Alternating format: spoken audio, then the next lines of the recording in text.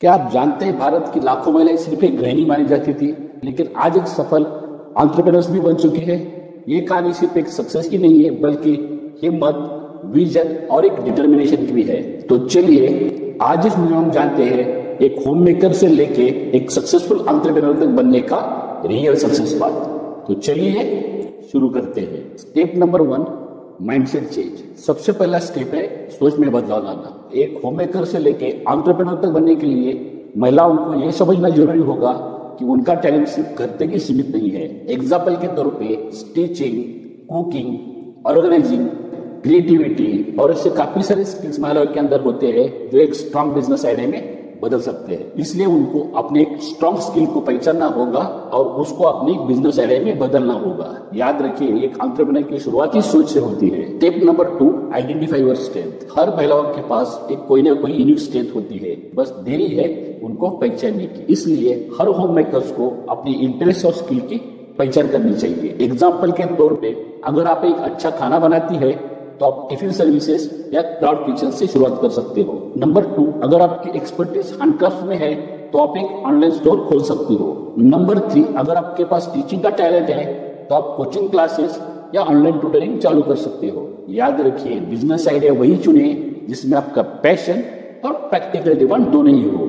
Number 3, small start और smart start. शुरुआत हमेशा छोटी और स्मार्ट होनी चाहिए, इसलिए आप लो इन्वेस्टमेंट मॉडल चुने, जैसे कि FMCG distribution, online businesses, reselling और सेल्फ हेल्प ग्रुप वेंचर्स। ऐसे काफी सारे लो इन्वेस्टमेंट बिजनेसेस है जिससे आप शुरुआत कर सकते हो। और मार्केटिंग के लिए डिजिटल प्लेटफॉर्म जैसे व्हाट्सएप, फेसबुक, इंस्टाग्राम जैसे लोकल मार्केट का यूज करें। एग्जाम्पल के तौर पे काफी सारी महिलाएं हैंडमेड प्रोडक्ट्स और होम कुक्ड फूड बिजनेस से सिर्फ व्हाट्सएप ग्रुप से शुरू करके आज लाखों में कमा रहे हैं। Number 4, learning and networking. Homemakers को बेसिक स्किल्स बहुत जरूरी होती है, जैसे कि basic accounting, sales and marketing और कस्टमर हैंडलिंग। इसलिए आप गवर्नमेंट स्कीम्स, एनजीओ और सेल्फ हेल्प ग्रुप के माध्यम से ट्रेनिंग ले सकते हो।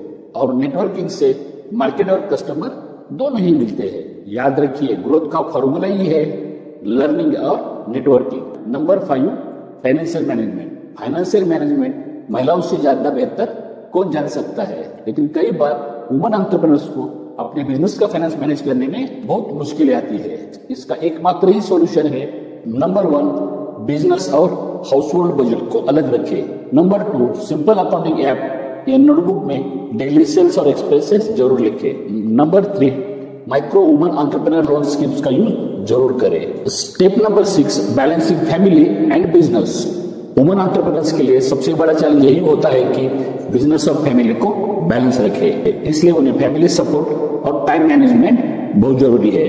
और शुरुआत में बिजनेस घर से ही चलाइए और सिचुएशन के हिसाब से धीरे धीरे उसको स्केल कीजिए। और स्टेप नंबर 7, ग्रोथ और स्केलिंग। जब बिजनेस स्टेबल होता है तो अगला स्टेप होता है ग्रोथ और स्केल का। इसलिए आपको ब्रांडिंग, ऑनलाइन प्रेजेंस और नए प्रोडक्ट या सर्विसेज को ऐड करना चाहिए। और पार्टनरशिप्स, कोलैबोरेशंस और फ्रेंचाइजिंग ऑप्शंस के ऊपर ज्यादा फोकस करना होगा। तो दोस्तों, होम मेकर से एंटरप्रेन्योर तक का सफर बिल्कुल ही आसान नहीं है, लेकिन अगर सोच पॉजिटिव हो, स्टेप्स क्लियर हो और एफर्ट कंसिस्टेंट हो तो कोई भी महिला एक सफल एंटरप्रेन्योर बन सकती है। तो याद रखिए, होम मेकर बनना एक कमजोरी नहीं है, बल्कि एक एंटरप्रेन्योरियल स्ट्रेंथ है। तो आप भी सफर शुरू करना चाहते हैं तो पहला कदम उठाइए। तो अगर आपको इस सफर में किसी भी प्रकार की सहायता चाहिए तो आप तो एफएमसीजी गुरुकुल का संपर्क जरूर कीजिए। अंत में और एक रिक्वेस्ट, अगर ये वीडियो और जानकारी आपको अच्छी लगी तो इस वीडियो को लाइक शेयर जरूर करना और ऐसी छोटी छोटी जानकारी के लिए इस चैनल को सब्सक्राइब जरूर करें। तो मिलते हैं नेक्स्ट वीडियो में नेक्स्ट टॉपिक के साथ। तब तक मस्त रहिए, स्वस्थ रहिए।